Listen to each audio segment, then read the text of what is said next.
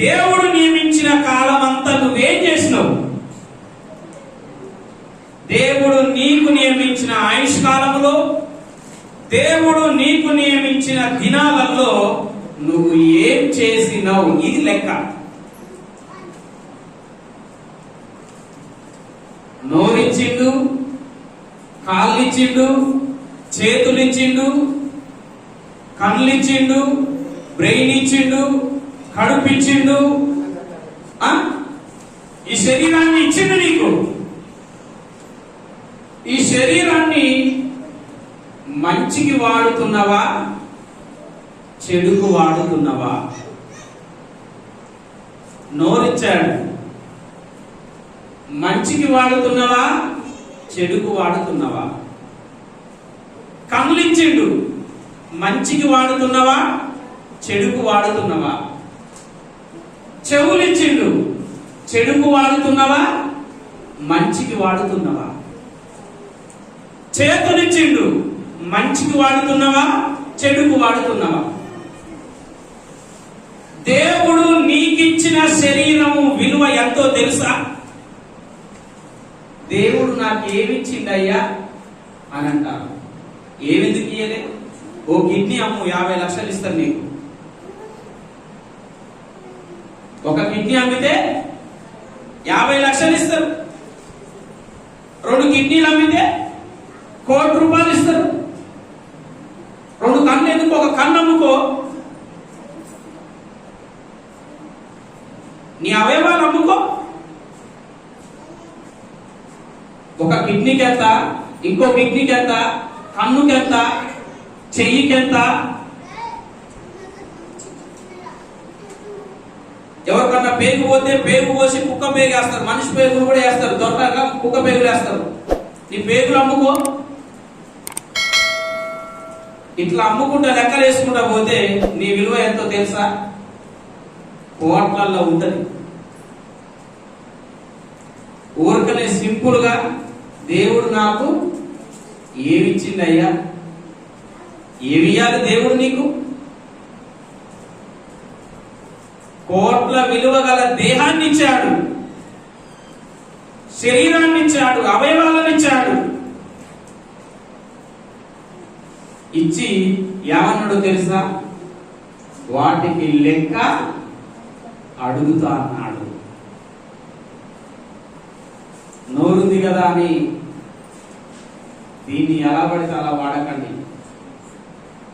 కళ్ళు, ముక్కు, నోరు, చేతులు, కాళ్ళు ఎవరు చూస్తలేరని, ఎవరు లెక్క అడగరని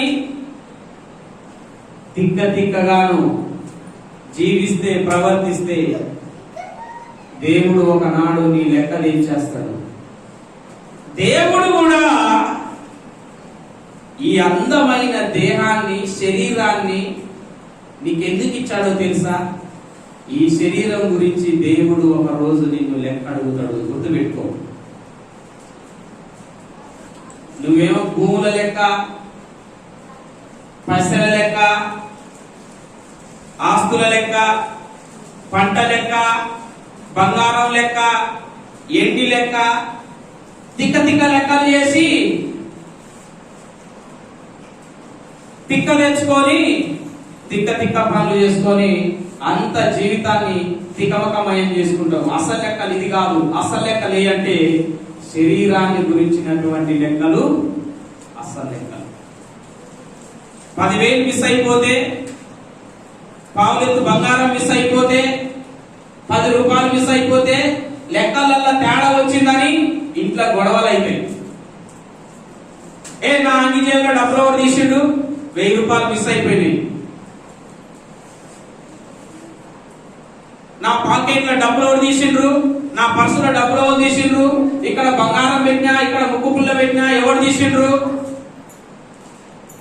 కొంచెం లెక్కలల్లో తేడా వస్తే నీ పని చేసిన కాడ గాని, కూలి పనికి పోయిన కాడ గాని, కూలి పని డబ్బులన్నీ ఇంట్లో కూడబెట్టుకొని లెక్క చేసుకుంటే తేడా వస్తే ఒక్కసారి మహంకాళి రూపం ఇస్తారు మీరు.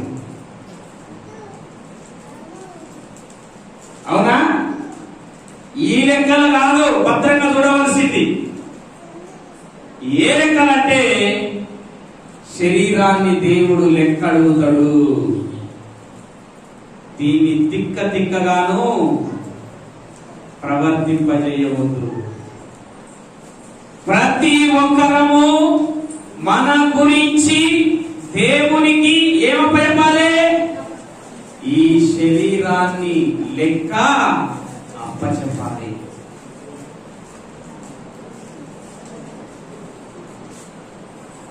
మత్తయి సువార్త 12వ అధ్యాయం 36వ వచనం.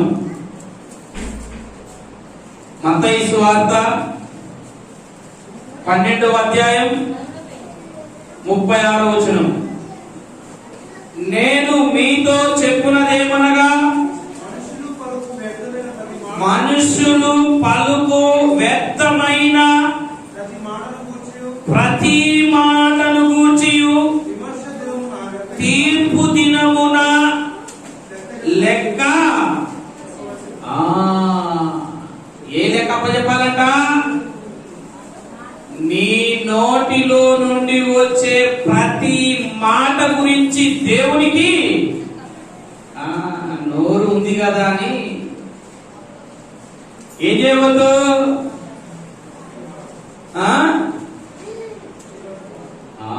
వ్యర్థమైన మాటలు మాట్లాడకూడదు.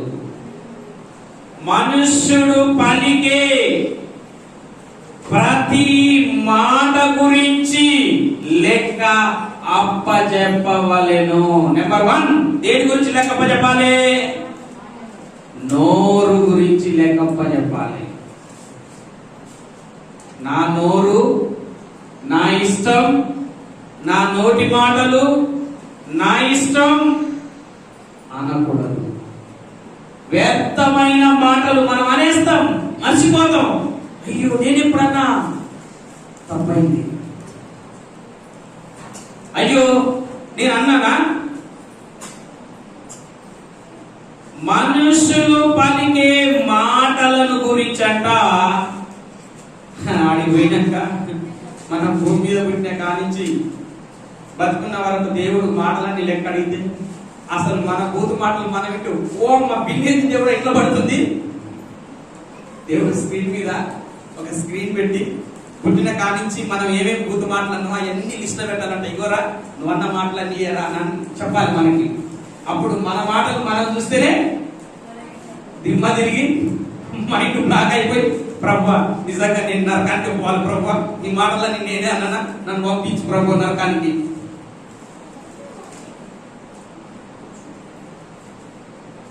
మనుషుడు పలికే మాటలు తీర్పు దినాన లెక్క అప్పచెప్పాలంట. మనం మాట్లాడేటప్పుడు చాలా జాగ్రత్తగా మాట్లాడాలండి. సత్యం మాట్లాడాలి, నిజం మాట్లాడాలి. గద్దింపు సమయాన గద్దించాలి, కానీ వ్యర్థమైన మాటల గురించి లెక్క అప్పచెప్పాలి. దేవునికి మహిమకరమైన మాటలు, మనుషుల బ్రతుకులను సరిచేసే మాటల గురించి లెక్క అప్పచెప్పాల్సిన పని లేదు. కానీ పనికి మాలిన మాటలు మాట్లాడతారే, వ్యర్థమైన మాటలు మాట్లాడతారే, ఆ మాటల గురించి లెక్క అప్పచెప్పాలి. నోరే కదా గప్పకు అనేస్తాం, అనేసి ఏం చేస్తాం? మర్చిపోతాం. కానీ ఈ నోటి వలన ఎంత ప్రమాదం ఉందంటే, దేవుడు నిన్ను తీర్పు తీర్చే రోజున ఈ నోటి మాటలే నీకు అడ్డుపడతాయి. పరలోకం పోకుండా నేను దొంగతనం చేస్తున్నా, లంచతనం చేస్తున్నా, సుట్ట తాగుతున్నా, బీర్ తాగుతున్నా, కళ్ళు తాగుతున్నా, నోరే కదా. నోటి మాటలు ఇవి కూడా నిన్ను పరలోకం పోకుండా అడ్డుపడతాయి. అసలు మాటలు ఎలాంటివో తెలుసా? ఒకసారి చూడండి నోటి మాటలు ఎలాంటివి. సామెతల గ్రంథం 12వ అధ్యాయం 18వ వచనం చూడండి. సామెతల గ్రంథం 12వ అధ్యాయం 18వ వచనం చూడండి. సామెతల గ్రంథం 12వ అధ్యాయం 18వ వచనం చదవండి ఎవరైనా. కత్తిపోటు వంటి మాటలు పలుకువారు. ఏ మాటలంట? కత్తిపోటు వంటి.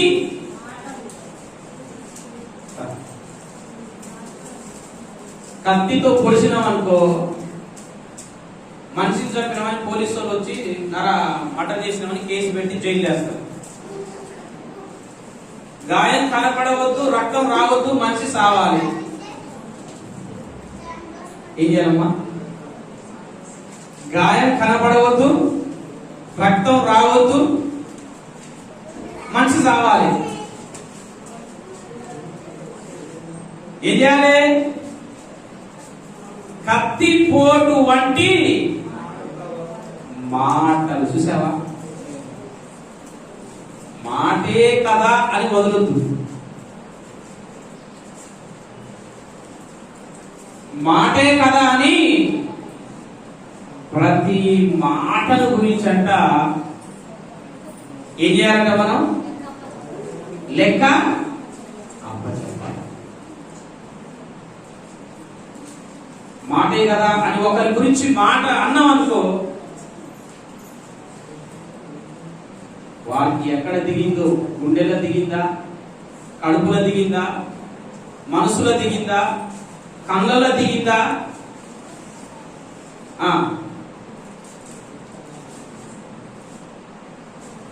కదా? కత్తిపోటు వంటి మాటలు.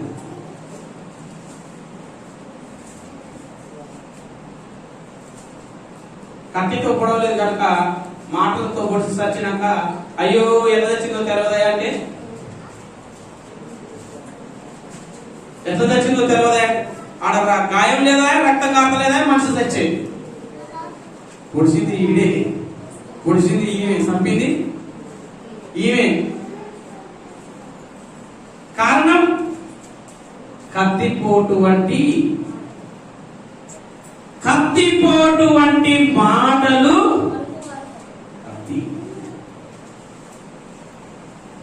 కాబట్టి నోటి మాటలను గురించి మనం ఏం చేయాలి? విమర్శ దినమున లెక్క అప్పచెప్పాలి. గుర్తు పెట్టుకోండి. 13వ అధ్యాయం 3వ వచనం చూడండి. ఇందులోనే సామెతల గ్రంథం 13వ అధ్యాయం 3వ వచనం. తన నోరును కాపాడుకొనువారు తన్ను కాపాడుకొనును, ఊరుకొనక మాటలాడితే నాశనాన్ని తెచ్చుకుంటారు. అది నోరును కాపాడుకోవాలి. ఎందుకంటే నోటిని గురించిన లెక్కలు జరుగుతాయి తీర్పు దినాన. తీర్పు దినాన నోరును గురించినటువంటి, నోరిచ్చిన దేవుడు నోరు గురించి లెక్క అడుగుతాడు. జాగ్రత్త.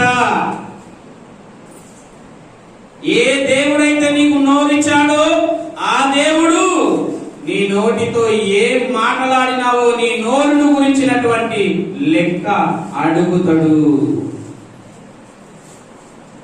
కాబట్టి నోరును చాలా జాగ్రత్తగా, నోటిలో నుంచి వచ్చే మాటలను గురించి ఒక దినాన మనం ఏమప్పచెప్పాలంటే లెక్క అప్పచెప్పాలి.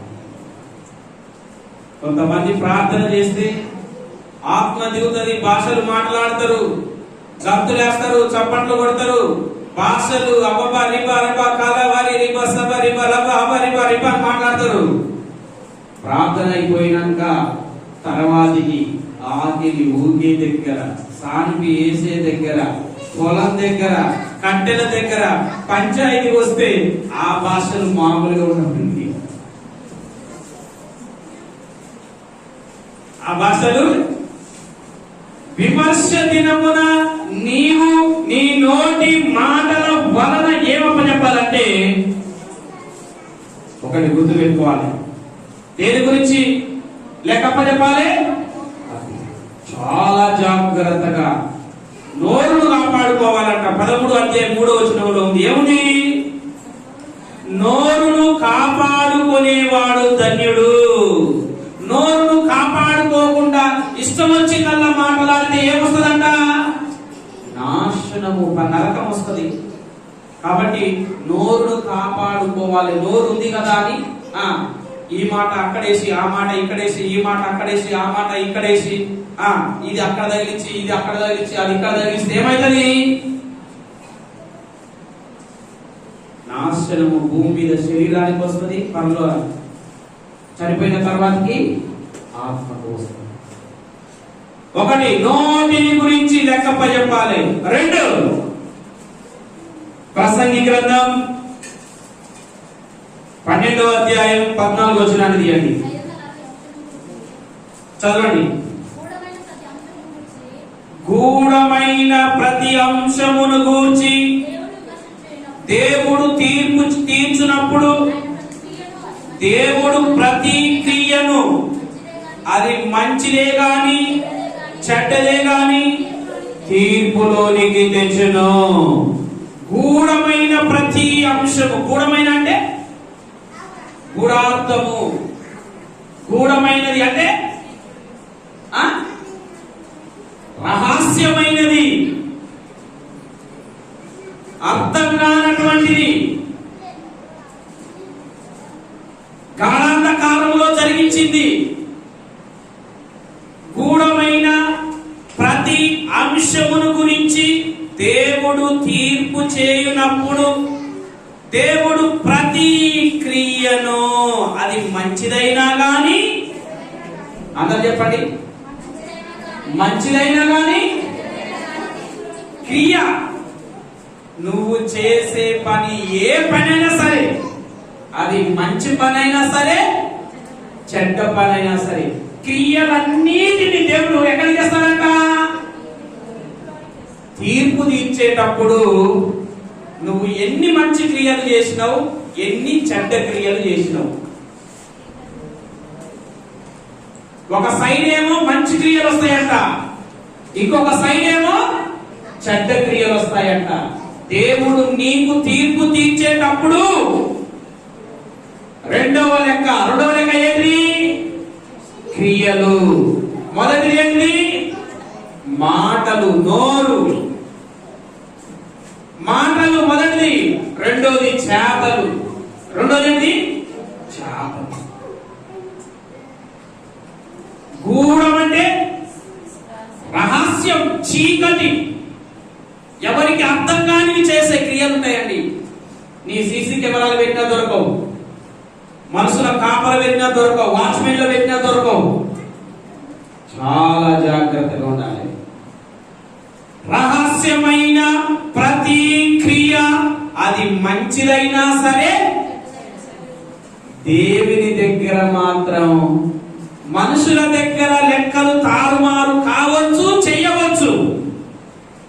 దేవుని దగ్గర లెక్కలు మాత్రం తారుమారు కావు. అది మంచి క్రియ అయినా సరే చెడ్డ క్రియ అయినా సరే,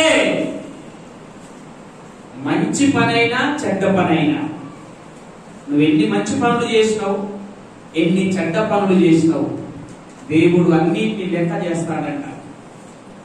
నీ మంచి పనులు ఎన్ని, నీ చెడ్డ పనులు ఎన్ని, దేవుడు లెక్క చేస్తాడంట. లెక్క చేసి తీర్పు దినాన నువ్వు నరకానికి పోవాలో పరలోకానికి పోవాలో ఏం చేస్తాడు? తీర్పు తీరుస్తాడు. బైబిల్ పట్టుకొని మందిరానికి పోయినంత మాత్రాన మనుషులందరూ పరలోకానికి పోరండి. బైబిల్ పట్టుకొని ఆదివారం గుళ్ళల్లో పోయినంత మాత్రాన, సభలకు పోయినంత మాత్రాన పరలోకానికి పోతారా? పోరు. మనుషులను తికమక చేయవచ్చు కానీ దేవుడు చేసే లెక్కలను మాత్రం తారుమారు నువ్వు చేయలేవు.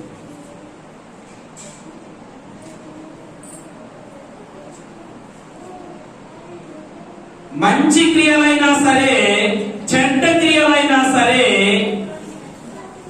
2వ కొరింథీ 5వ అధ్యాయం 10వ వచనం, 2వ కొరింథీ 5వ అధ్యాయం 10వ వచనం,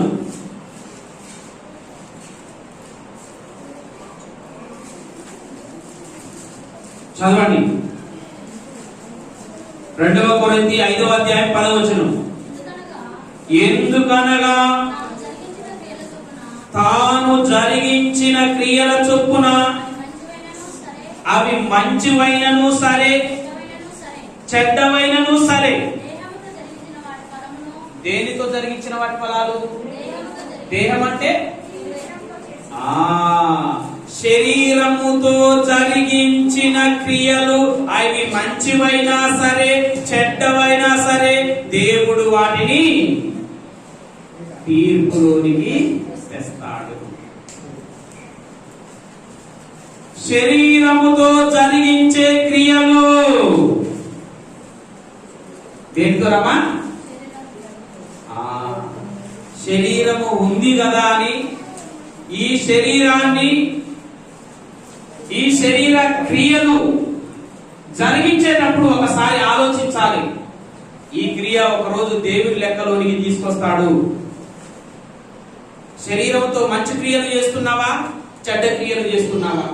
శరీరంతో మంచి పనులు చేస్తున్నావా చెడ్డ పనులు చేస్తున్నావా?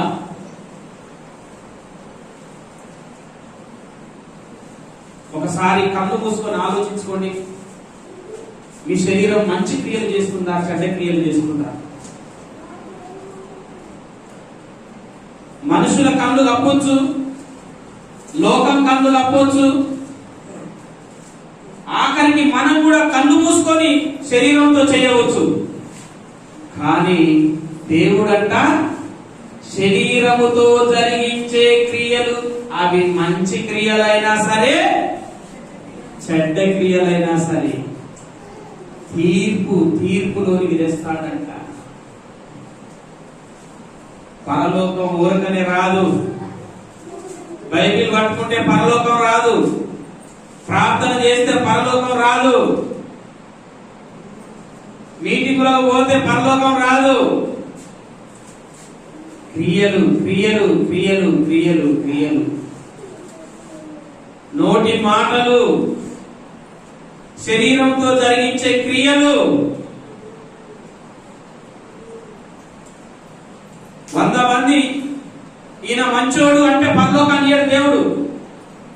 మన చర్చికి వచ్చే వాళ్ళందరూ కూడా అయ్యా జాన్ మార్కు చాలా మంచోడు అయ్యా, ఇంత మంచి పాస్టర్ని మేము చూడలేదా అని మీరందరూ నా గురించి సాక్ష్యం చెప్పితే మీ సాక్ష్యాన్ని బట్టి దేవుడు నాకు పరలోకాన్ని ఇస్తాడా? ఇస్తాడా? ఇవ్వకూడదా? ఎందుకు ఇవ్వకూడదు? ఎందుకు ఇవ్వకూడదమ్మా? నేను మంచోన్నా చెడ్డున్నా? నిజంగా చెప్పండి. మీరు మంచోన్నా చెడ్డున్నా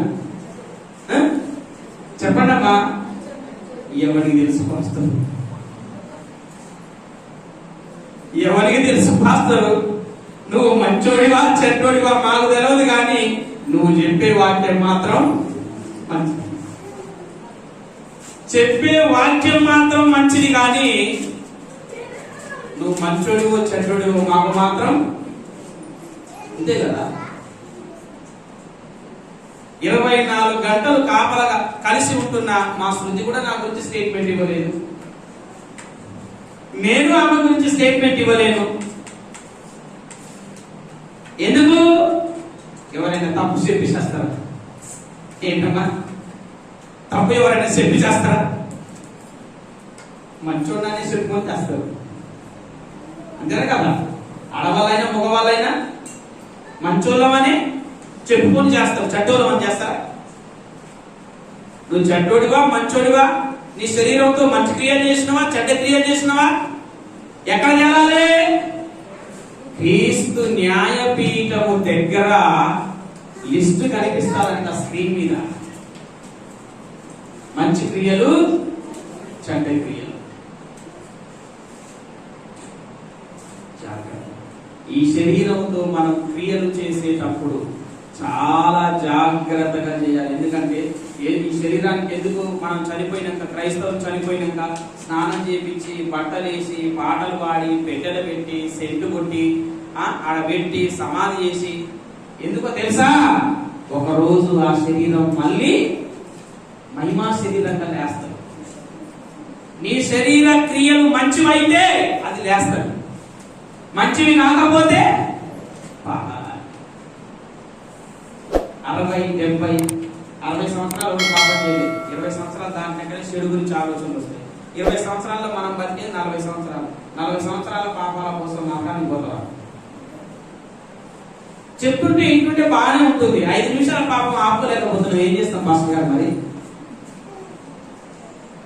చెప్తుంటే ఇంటుంటే బాగా లేదు, బాగుంది, నిజమే కదా. మనిషి జీవితం 60 సంవత్సరాలు, 20 సంవత్సరాల చదువు యవనం అక్కడే పాపాలు చేయం, 20 సంవత్సరాల తర్వాత పాపాలు చేస్తాం. ఇక ఎన్ని సంవత్సరాలు? 40 సంవత్సరాలు. 40 సంవత్సరాల 50 సంవత్సరాలు దాటితే 10 సంవత్సరాలు ముసలితనం. ఇక 10 సంవత్సరాలు పోతే ఇంకేమి ఉంటాయి? 30 సంవత్సరాలు కదా. 30 పోతే 30. ఈ 30 సంవత్సరాలు 3 నాళ్ళ ముచ్చట. 30 సంవత్సరాల 3 నాళ్ళ ముచ్చట. ముచ్చట్లెన్ని, గుసగుసలెన్ని, సందులెన్ని, గొంతులెన్ని, గోడలెన్ని, మాటలేని, తప్పులేని, పాపాలేంటి, పాపం ఎంత, పుణ్యం ఎంత, గోవింద. ఈలోగా ఇంకా ఏమైపోతుంది? 50 సంవత్సరాలకు వచ్చేసరికి అయిపోతుంది. దేవునికి మనం ఈ శరీరాన్ని లెక్క అప్పచెప్పవలసి ఉంది. ఇంకో మాట చూడండి, మత్తయి సువార్త 16వ అధ్యాయం 27వ వచనం చూడండి. మనుష్య కుమారుడు తన దూతలతో రాబోతున్నాడు.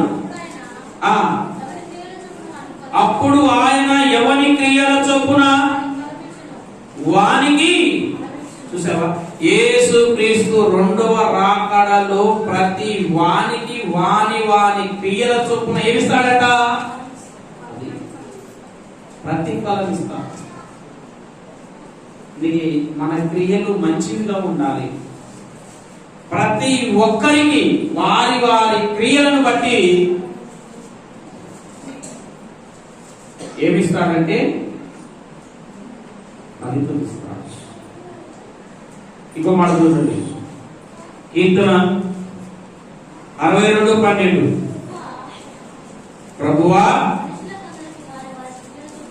ప్రభువా మనుషులకందరికీ వారి క్రియల చొప్పున ఏమిస్తున్నాడంట? ప్రతిఫలము ఇచ్చుచున్నావు.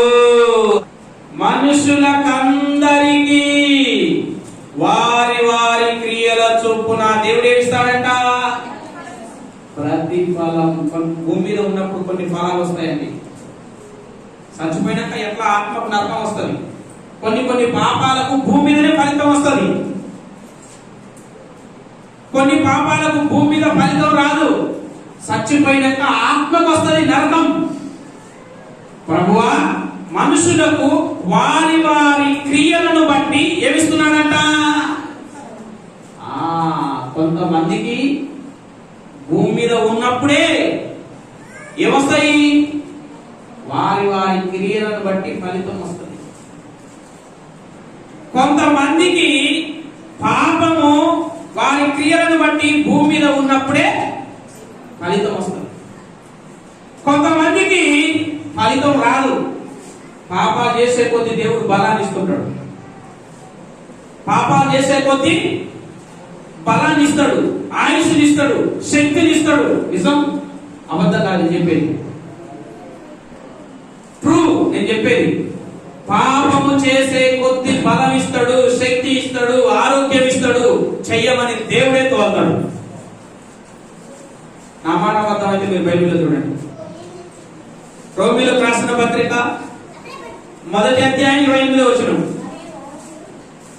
రోమా 1వ అధ్యాయం 28వ వచనం. మరియు వారు తమ మనస్సులో దేవునికి చోటు ఇయ్యలేదు కనుక చెయ్యరాని పాపపు పనులు చేయుటకు దేవుడు భ్రష్ట మనసుకు వారిని, చూసావా, దేవుడే అప్పగించాడట. దేవుడు చూసి ఈ పాపాలు మానకపోతే ఏం చేస్తాడో తెలుసా? దేవుడే పాపాలు పూర్తిగా నీ ఆశ తీర చేసి సాగు, నువ్వు ఎట్లా నరకానికి పోతావు కదా. దేవుడు ఒక వ్యక్తిని నరకానికి ఫిక్స్ చేసి అనుకో, భూమి మీద అన్ని పాపాలు చేయమని చెప్తాడు. ఎందుకంటే సచ్చినాక వాళ్ళకు సచ్చినాక ఏముండదు, పరలోకం ఉండదు, సుఖం ఉండదు, నెమ్మది ఉండదు, శాంతి ఉండదు. అగ్ని, తీక్షణమైన అగ్నిలో వారిని, ఎంత కఠోరమైన అగ్నిని దేవుడు వాళ్ళ కోసం సిద్ధం చేస్తాడో, ఇక భూమి మీద అన్ని పాపాలు చేయి అని చెప్తారు వాళ్ళకు. పరలోకం ఎవరికైనా నియమించబడ్డదనుకో, పాపం చేస్తే తెల్లారి వాళ్ళకు కొడతది అనమాట. తప్పు చేసినాం అనుకో, పాపం చేసినాం అనుకో, మళ్ళీ తెల్లారి 2 రోజుల తర్వాతనే మళ్ళీ వెంటనే కొడతది. అమ్మా నేను తప్పు చేసిన మళ్ళీ వెంటనే నాకు ఇడ తాకి. ఎందుకు? వీళ్ళకు మనస్సాక్షి పనిచేస్తుంది. ఒరే నీకు పరలోకం ఉందిరా, బుద్ధి తెచ్చుకొని బతుకురా అని దేవుడు హెచ్చరిస్తుంటాడు. కొంతమందికి హెచ్చరియాడు, ఎన్ని పాపాలు చేస్తున్నా కప్పు పెడుతుంటాడు. కారణం ఏంటంటే నరకం రిజర్వేషన్ పక్కా. పో చేసుకోపో, ఎంత కాలం చేసుకుంటావు కూడా చేసుకో బిడ్డ, ఎంత కాలం చేసుకుంటావు చేసుకో, చచ్చిపోయిన తెల్లారి నీకు నరకం ఉంటది. ఎన్నైనా చేసుకో, సుఖపడంతే. ప్రతి పాపంలో ఉన్న సుఖాన్ని మనస్సు పూర్తిగా అనుభవించు, తర్వాతికి నీకు సుఖం అనేది. వీళ్ళెవరో తెలుసా? ఎబ్రీ పత్రికలో అంటాడు, వాళ్ళకు క్షమాపణ లేదు, అగ్నిగుండం కోసం ఏం చేయాలంట? ఎదురు చూడవలసిన వాళ్ళు. క్షమాపణ ఉండదు వీళ్ళకి. దేనికోసం ఎదురు చూడాలి? నాకు సావు ఎప్పుడు వస్తుంది, తట్టుకోలేని నరకం ఎదురు చూస్తుందంట. ఇల్లు కాదు ఎదురు చూసేది. కాబట్టి గుర్తుపెట్టుకోండి, దేవునికి మనం లెక్క అప్పచెప్పాలి. శరీరం నాది, ఒళ్ళు నాది అని మనం బ్రతికితే ఏం చెప్పాలంటే దేవుడు లెక్క అడుగుతాడు. నీకు శరీరాన్ని ఇచ్చాను, ఇంత మంచి శరీరాన్ని ఇచ్చిన, ఇంత మంచి ఆరోగ్యాన్ని ఇచ్చిన, ఇంత మంచి కళ్ళు ఇచ్చిన, ఇంత మంచి ముక్కు ఇచ్చిన, ఇంత మంచి అందం ఇచ్చిన, ఇంత మంచి జుట్టు ఇచ్చిన, ఏం చేసినావు? ఏం చేసినావు? దేవుని కోసం వాడినవా? నీ కళ్ళు, నీ కాళ్ళు, నీ ముక్కు, నీ నోరు, నీ శరీరం పాపం కోసం వాడినవా? మన శరీరాన్ని గురించి ఎన్ని చెప్పినా మానలేదనుకో, దేవుడు ఏమంటాడో తెలుసా? పైన ఒక మాట నేను ముగించేస్తాను చూడండి. 2 మాటలు చదువుతా. 1 తిమోతి 5వ అధ్యాయం 24వ వచనం. తిమోతికి రాసిన మొదటి పత్రిక 5వ అధ్యాయం 24వ వచనం. తిమోతికి రాసిన మొదటి పత్రిక 5వ అధ్యాయం 24వ వచనం. ఏనమ్మా? కొందరి పాపములు తేటగా బయలుపడి, చూసావా? కొందరి పాపములు తేటగా బయలుపడి న్యాయపు తీర్పునకు ముందుగా, అంటే వీళ్ళకంటే ముందుగా పాపాలు పోయి కూర్చుంటున్నాయంట. ఎవరికంటే ముందుగా? మనిషి సావలేదు, ఆత్మ పోలేదు. కానీ మనిషి సావలేదు, మనిషి భూమి మీద బతికే ఉన్నాడు. కానీ ఈ మనిషి సచ్చి పోకముందే మనిషి కంటే ముందు ఏమవుతున్నాయి? ఆ పాపాలు పోయి వెయిటింగ్ చేస్తున్నాయి. రా బిడ్డ రా, రాకూడదరా. కొందరి పాపాలు తేటగా బయలుపరచబడి న్యాయపు తీర్పునకు ముందుగా నడుచుచున్నవి. మరికొందరి పాపాలు కొంచెం పాపాలు తక్కువ, కొంచెం పాపాలు తక్కువ ఉన్న వాళ్ళై వాళ్ళ ఎంట పోతున్నాయంట. సచ్చినాక వాళ్ళు మూట కట్టుకొని పోతున్నారంట. పాపాలు ఎక్కువైన వాళ్ళై వాళ్ళకంటే ముందుగా పోయి ఎదురు చూస్తున్నాయంట. ఏమేది చూస్తున్నాయి? ఎందుకు? ఎక్కువైపోయినాయి. అందుకే మనం కొన్ని చూసినప్పుడు, ఆ ఆదికాండంలో చూసినప్పుడు, వారి పాపాలు ఆకాశము అంటే అంత ఎత్తుగా ఎదిగినాయి అంటాడు. ఏది? మన సొదొమ గొమొర పాపాలు.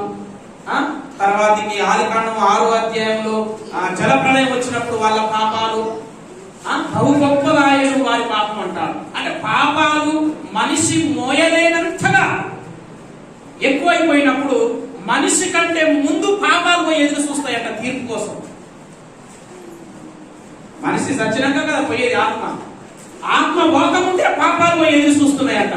అంటే ఈ ఎవరు తెలుసా వీళ్ళు? మారు మనస్సు అనేది, పాపమును గురించి పశ్చాత్తాపం అనేది లేకుండా ఆ మనస్సును విడిగా పాపాన్ని మనసారా అనుభవిస్తే, ఈ శరీరాన్ని హద్దు క్రమము అంటే దీనికో లెక్క ఉంటది అని గ్రహింపు లేకుండా ఈ శరీరాన్ని మనం వదిలిపెడితే, దేవుడు కూడా 2-3 సార్లు గద్దించి శరీరాన్ని వదిలిపెడతారు. మనసారా చేసుకొని వదిలిపెడతారు దేవుడు శరీరాన్ని. చేసి పాపాలు ఎక్కువయ్యేసరికి అప్పుడు పాపాలు ఈ మనిషి కంటే ముందర పోయి ఆడుంటాయంట. మనిషి మరణం పొందేది ఆలస్యం. అలాంటి వాళ్ళు ఒక్క క్షణంలోనే నరకానికి వెళ్ళిపోతారు. ఎందుకు? వారి పాపాలే వారి మీద డిమాండ్ చేస్తున్నాయి. దేవుని కంటే ముందుగా పోయి తీర్పు కాడిపోయి. కాబట్టి శరీరం ఉందని ఎలా పడితే అలా వాడకండి. శరీరాన్ని గురించి దేవునికి లెక్క అప్పచెప్పాలి. నేను ఎప్పుడు చెప్తూ ఉంటాను, ప్రతిసారి చెప్తూ ఉంటాను, మనస్సును శరీరాన్ని పవిత్రంగా కాపాడండి.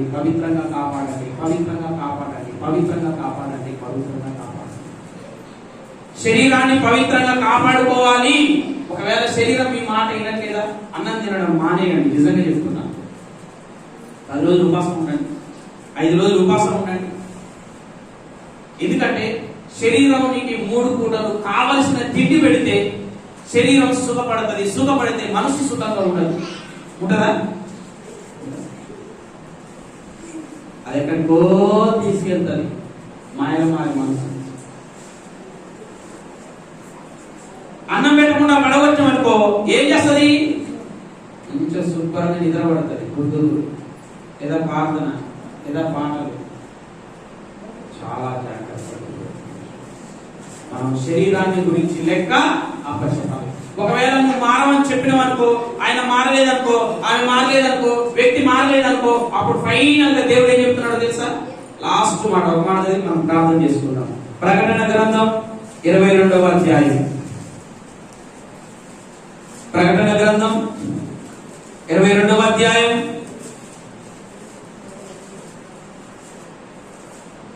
11వ వచనం. చివరి మాట చదువుకొని ముగించుకుందాం. ప్రకటన గ్రంథం 22వ అధ్యాయం 11వ వచనం. అన్యాయము చేయవాడు ఇంకా అన్యాయమే చేయని అని, అపవిత్రైన వాడిని ఇంకా అపవిత్రగానే ఉండనివ్వు, నీతిమంతుడుగానే ఉండనివ్వు, పరిశుద్ధుని ఇంకా పరిశుద్ధునిగానే ఉండనివ్వు. ఇదిగో నేను వస్తున్నా, వాని క్రియల చొప్పున జీతం నా దగ్గర ఉంది. దేవుడు ఫైనల్ ఏం చెప్తున్నాడో తెలుసా? ఎవడైనా పాపం చేస్తూ బ్రతికితే వాడిని పాపం చేసుకుంటూనే ఉండని, ఇక వాడిని డిస్టర్బ్ చేయగాక మళ్ళా. ఎందుకంటే పాపం చేసుకుంటాడు భూమి మీద, మనసారా పాపం అన్న చేసుకోవాలి. దేవుని కోసం బ్రతికేవాడు మనసారా దేవుని కోసం బ్రతికి పరలోకమన్న పోవాలి. పాపాలు చేసుకునేటోళ్ళు కనీసం ఈ భూమి మీద సుఖం లేకుండా, సచ్చినాక నరకంలో సుఖం లేకుండా, ఎట్లా మేము నరకానికి పోతాం కన్ఫామ్ అనుకుంటే భూమి మీద ఏం చేసుకోవాలి? పాపాలే చేసుకోనియండి, వాళ్ళని డిస్టర్బ్ చేయకండి. నేను వస్తున్నా, ఏం చేస్తున్నా? క్రియలకు తగ్గ జీతం తెస్తున్నా అని దేవుడు కూడా అసలు బలగిస్తున్నాడు. అసలు దేవునికి దండం పెట్టాలి, సెల్యూట్ కొట్టాలి. ఎందుకు? అన్యాయం చేసేవాడిని అన్యాయం మానేయమని చెప్పిండా? ఏమన్నాడు? ఏమన్నామా? అన్యాయం చేసే వాళ్ళను అన్యాయం చేయండి, అపవిత్రంగా ఉండే వాళ్ళను అపవిత్రమై చేది. మళ్ళీ వాళ్ళు వద్దని చెప్పగాకు. చేసుకుంటూ కనీసం కులం జడ్డ చెప్పండమ్మా, ఏమై అమ్మత్ గారు, కులం జడ్డ పరలోకం పోగొట్టుకున్నా పాపాలన్నా దక్కాలి. వస్తారు కదా. పరలోకం పోగొట్టుకున్నా నాదైతే ప్రిన్సిపల్ చిన్నప్పటి నుంచి అది, బతికితే దేవుని కోసం బతకాలి, చేస్తే అన్ని పాపాలు ఫుల్గా చేయాలి. నేను ఎప్పటి నుంచో ఇదే చెప్తున్నా, మీకు తెలుసా? తెలదా? చాలాసార్లు చెప్పిన, 100 సార్లు చెప్పిన ఈ మాట. బతికితే దేవుని కోసం బతకాలి, పరలోకం పోవాలి. వద్దు అనుకుంటే దేవుని బైబిల్ పక్కన పెట్టి ఫుల్గా హోంవర్క్ చేయాలి. ఎందుకంటే ఎట్లా మనం పరలోకం పోగలం, భూమి మీద సుఖపడాలి. కానీ నరకం ఎట్లుంటుందో తెలుసా? నరకంలో లెవెల్లు ఉంటాయి. చెప్తా, నరకంలో తేడాలు ఉంటాయా అని దీని గురించి నేను ఒకసారి వాక్యం చెప్తా. తీక్షణమైన అగ్ని ఒక్కడ ఉంటుంది, మామూలు అగ్ని ఒక దగ్గర ఉంటుంది. అంటే అందరికీ ఒకే రకమైన నరకం ఉండదు, అందులో కొంచెం తేడాలు ఉంటాయి. నరకంలో కూడా తేడాలు ఉంటాయి. మరీ కఠినులకు, మరీ అంటే ఎవరి పాపాలు అయితే ముందర ఎదురు చూస్తాయో వాళ్ళకు తీక్షణమైన అగ్ని ఉంటుంది అన్నమాట. అంటే అది మహాఘోరమైన అగ్నిగుండం. అటు కాకుండా బద్దలే వాళ్ళకి, అంటే దీంట్లో లెవెల్స్ ఉంటాయి, తేడాలు ఉంటాయి. బైబిల్లో ఉంది, అది నేను ఎప్పుడైనా సమయం వచ్చినప్పుడు చెప్తాను. కాబట్టి ఈ రోజుకు దేవుడు నాతో మాట్లాడేది ఏంటంటే, ఈ శరీరాన్ని గురించి మనం లెక్క అప్పచెప్పాలి. కాబట్టి శరీరాన్ని చాలా జాగ్రత్తగా వాడండి, దేవుని కోసం వాడండి. ఎందుకంటే ఇది దేవుంది, దీని గురించినటువంటి లెక్క దేవుడు అడుగుతాడు. ఈ శరీరం నీది కాదు, ఈ శరీరం మీద నీ పెత్తనం ఉండొద్దు, ఈ శరీరం మీద నీ ఇష్టాలు నెరవేర్చుకోవద్దు. ఇది దేవునిది, దేవుడు దీని మీద లెక్క అడుగుతాడు. చాలా జాగ్రత్తగా ఉండాలి. ప్రార్థన చేసుకున్నాం. కళ్ళు మూసుకోండి.